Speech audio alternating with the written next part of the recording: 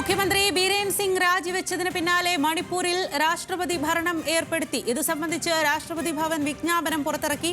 പുതിയ മുഖ്യമന്ത്രി ആരെന്നതിൽ ബിജെപി സംസ്ഥാന ഘടകത്തിൽ സമവായത്തിൽ എത്താൻ കഴിഞ്ഞിരുന്നില്ല.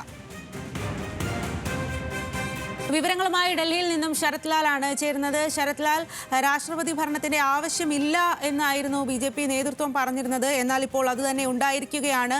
എന്തുകൊണ്ടാണ് ഇപ്പോൾ പെട്ടെന്ന് അങ്ങനെ ഒരു തീരുമാനം ഉണ്ടായത്? ഒരു മുഖ്യമന്ത്രിയെ കണ്ടെത്താനായിട്ട് നേതൃത്വത്തിന് സാധിച്ചില്ല എന്നുള്ളതാണോ? ആ ഒരു വിവരം നൽകാം.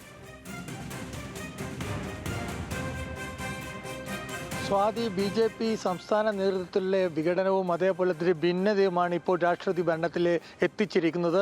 പിന്നെ രണ്ടാമത്തെ ഒരു കാര്യം എന്ന് വെച്ചാൽ കുക്കി വംശജരുമായി ഒരു യോജിപ്പുള്ള ഒരു BJP മുഖ്യമന്ത്രി സ്ഥാനാർത്ഥിയെ കണ്ടെത്താൻ കഴിഞ്ഞില്ല.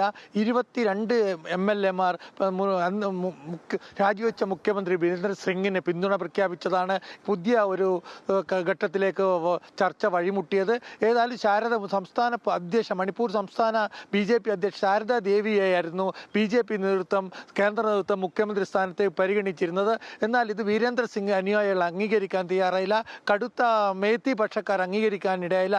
ഈ സാഹചര്യത്തിലാണ് കുക്കി പക്ഷത്തിന്റെ ദീർഘകാലത്തെ ആവശ്യം കൂടി പരിഗണിച്ചുകൊണ്ട് BJP-യിലെ ഭിന്നത ഒതുക്കി തീർക്കുന്നതുവരെ രാഷ്ട്രപതി ഭരണം എന്നൊരാശയം മുന്നോട്ട് വെച്ചത്.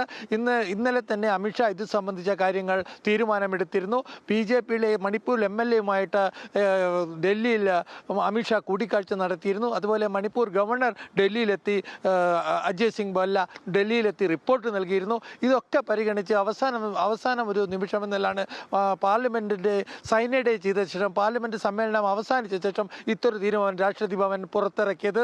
ഏതായാലും BJP-യെ സംബന്ധിച്ചിടത്തോളം ദീർഘകാലത്തെ ഒരു പ്രശ്നമാണ് മണിപ്പൂർ. 460ഓളം ദിവസങ്ങൾക്കായി കലാപം കൊണ്ടുവരുന്ന മണിപ്പൂരിൽ ഒരു സമാധാനം തിരിച്ചു കൊണ്ടുവരാൻ രാഷ്ട്രപതി ഭരണത്തിനാവുമെന്ന് തന്നെയാണ് കേന്ദ്ര നേതൃത്വം വിലയിരുത്തുന്നത്. ഏതായാലും എല്ലാവരും കാത്തിരുന്ന പോലെ ഒടുവിൽ രാഷ്ട്രീയപതി ഭരണം മണിപ്പൂരിൽ വന്നിരിക്കുന്നു. ഇനി കേന്ദ്ര സർക്കാരിൻ്റെ നേരിട്ടുള്ള നടപടിക്രമങ്ങൾ എത്രത്തോളം മണിപ്പൂരിനെ ശാന്തമാക്കും എന്ന് നമ്മൾ കാണേണ്ടി വരും. ഏതായാലും കുക്കി വംശജർ രാഷ്ട്രപതി ഭരണത്തിൽ കൂടുതൽ ഒന്നും ഞങ്ങൾക്ക് വേണ്ട എന്ന് നേരത്തെ തന്നെ പ്രഖ്യാപിച്ചിരുന്നു. ഏതായാലും കുക്കി വംശജരുടെ ഒരു വിശ്വാസത്തിലെടുത്ത് കേന്ദ്ര സർക്കാരിന് മുന്നോട്ട് പോകാനാണ് ഇപ്പോൾ രാഷ്ട്രപതി ഭരണം ഏർപ്പെടുത്തിയതിൽ ഒരു അവസരം വന്നിരിക്കുന്നത്.